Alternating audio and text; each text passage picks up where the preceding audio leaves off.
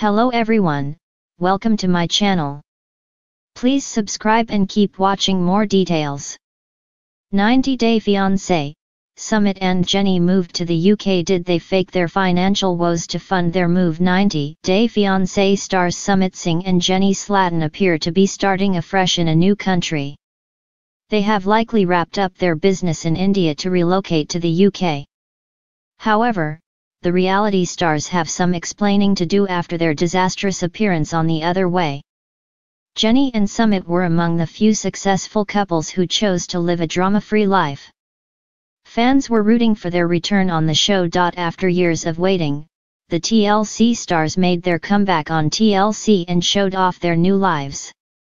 Sumit and Jennie discussed their financial struggles on the show. The reality TV stars failed to convince the audience that they were really facing money crises. Well, Sumit and Jennie raised eyebrows again with their alleged relocation.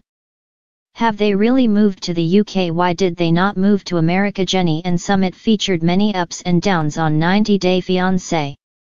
The former worried fans about her health during her appearance on the show. Many viewers suggested the American native should focus on her overall well-being and live an active life. However, Jennie surprised fans when she uploaded a new photo of herself. She took a selfie in a grey loose shirt. The reality TV star rocked her straight black hair, unlike her blonde hair. Jennie also looked so thin and healthy while posing for the cameras. Fans noticed her thin face and youthful energy. They initially failed to believe it was the same person. Many viewers also speculated that it could be an AI-generated photo. Jennie refused to share whether she really lost so much weight.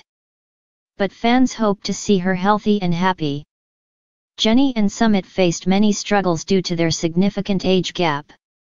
What started a catfishing trap became a bond for a lifetime. Viewers initially didn't like the couple because of the way they met. However, the 90 Day Fiancé stars proved that their love was real. Jennie and Sumit waited many years to make their comeback on TV. The former struggled to adjust to her partner's family after moving in with them. Fans are following the pair's new highs and lows on The Other Way. Viewers were shocked when the reality TV stars were spotted in the UK. Recently, some Redditors noticed the background of Sumit and Jennie's photos. They noticed the car number, which belonged to the UK. A fan revealed that they saw the reality TV couple hanging out in a mall in Bristol, UK. Sumit and Jennie allegedly had no cameras around them. Hence, the fan was curious to know what the couple was doing in the country. Many viewers wondered whether the TLC couple really faked the entire money crisis drama and cafe business for the show. Jennie and Sumit had nothing interesting to offer the audience. Viewers have been speculating that the pair may have faked everything for financial gain. Many 90 Day Fiancé viewers also wanted to know why Sumit never moved to the US. A different user added, "She dropped weight and both look so happy and fabulous, probably heading to the US." Others feel the pair might have only visited the country for a trip. Stay tuned for more tea on Jennie and Sumit. When 90 Day Fiancé first introduced viewers to Sumit Singh and Jennie Slatin, few could have imagined the winding journey that would follow. A decade-spanning romance, an identity deception scandal, a fiercely protective Indian family, and endless visa battles were only the beginning. Now, after years of drama and doubts, the couple has taken another dramatic step. Sumit and Jennie have moved to the United Kingdom. The relocation shocked fans. After fighting so hard to make a life in India, why flee to the rainy shores of Britain? The answer, like their love, is layered. A fresh start. The decision wasn't impulsive. According to those close to the pair, Jennie and Sumit had found themselves caught between stagnant opportunities and never-ending familial negotiations. While Sumit finally stood up to his parents and married Jennie, the cultural tension never completely dissipated. A marriage certificate brought legal recognition, but not peace. Jennie, now in her mid-60s, wanted stability and a clearer path to permanent residency where she and her husband could plan the next chapter without pressure. The United Kingdom offered something India still struggled with, a middle ground where Jenny could thrive as a retiree and Sumit could work freely, building a future without judgment lingering in every room. When visa avenues aligned, they grabbed the chance. The Heathrow landing. Their arrival in London didn't resemble a romantic comedy montage. There were no cheering crowds or dramatic musical sweeps, but in many ways, it was grander. For Jenny, stepping off the plane felt like stepping into her first breath of adulthood all over again. Sumit, holding her hand, scanned the bustling airport, nervous but resolute. A grey drizzle greeted them outside, soaking into their clothing, yet both felt strangely energized. The streets, unfamiliar and quick, pulsed with possibility. They settled in a small flat tucked into a quiet suburb outside Birmingham. The rent, shockingly high by their standards, came with a view of a park, a cozy kitchen, and a heating system Jenny found magical. After life in India, where electricity outages were weekly chapters in their routine, the promise of reliable warmth felt luxurious. Learning a new world. The adjustment was not effortless. Jenny grew up in America's West Coast sunshine, living much of her later life in Palm Springs. The UK's near-constant cloud cover was a shock to her internal clock. She found herself brewing endless cups of tea just to stay warm. Sumit became fascinated with British grocery stores. He marveled at the packaged curries, the rows of fresh spices, and the shelves of naan that reminded him of home yet never tasted quite right. Jenny teased him endlessly, insisting that his own hands made the best food in any country. Before long, Sumit began cooking for neighbors, exchanging samosas and dal for stories about local life. The cultural gaps were often humorous but sometimes deeply challenging. At their first pub visit, Jenny ordered fish and chips while Sumit asked if they served gulab jamun. The bartender blinked, confused, before offering sticky toffee pudding. Language wasn't a hurdle. Both spoke English fluently, yet accents sometimes tangled into comic misinterpretations. Their neighbor, an elderly man named Douglas, once asked Jenny if she fancied a cuppa. She thought he was inviting her to play a card game. Finding their place.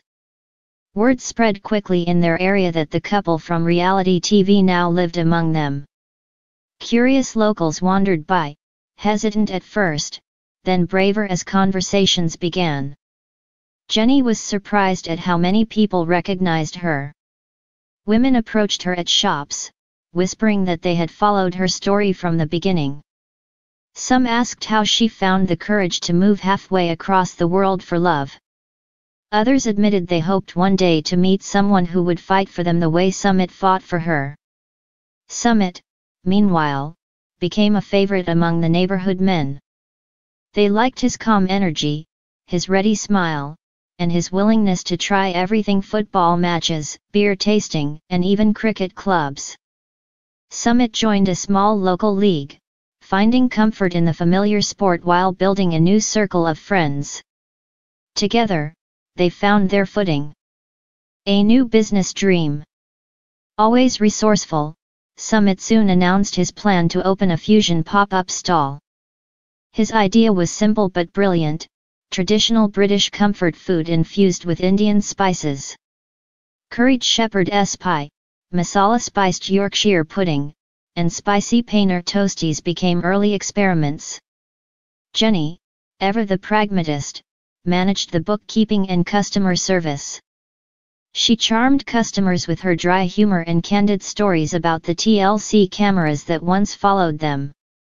Their pop-up was an instant hit.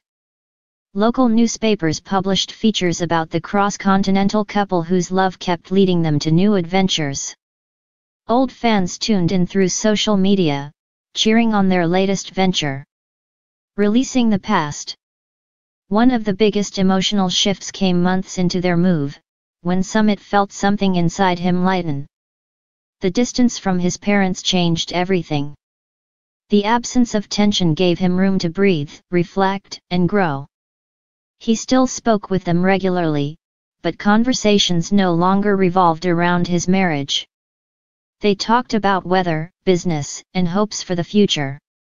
Their love, once tangled in cultural demands, seemed to soften.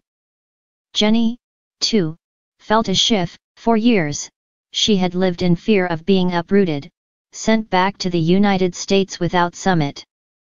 Now, they were building a home together on new soil, not because they were forced, but because they chose it. That difference mattered. A second honeymoon. Exploring the UK became their pastime.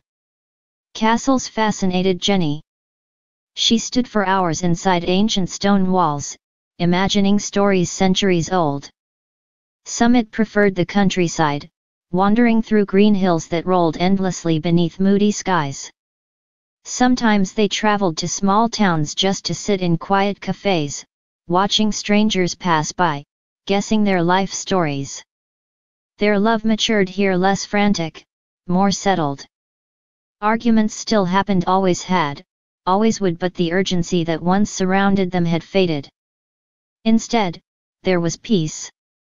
A future without cameras. For the first time in years, they found privacy. No production crews, no confessionals, no dramatic music cues. Just two people, building a life on their own terms. Some fans hoped they would return to television, but the couple remained undecided. They had told their story. What came next belonged to them. Summit once said that love is not measured in passports or approval, but in the courage to walk with someone into the unknown. The UK, foggy and unpredictable, became their canvas. Here, they were not an oddity. They were simply a couple, imperfect, devoted, reinventing themselves. The road ahead. Their plan is fluid. Maybe they will stay forever. Maybe they will return to India someday, when time has softened old wounds. Maybe another country will call to them. But for now, the United Kingdom is home. Jenny decorates their flat with thrift trinkets and framed photos. Summit fills their evenings with flavors that remind them both of where they came from. Together, they take quiet walks along mist-covered streets, hands intertwined, talking about everything and nothing. Their journey has always been unconventional. But in this quiet corner of England, far from the chaos that once defined them, their love story finally feels simple. And that might be their greatest victory of all.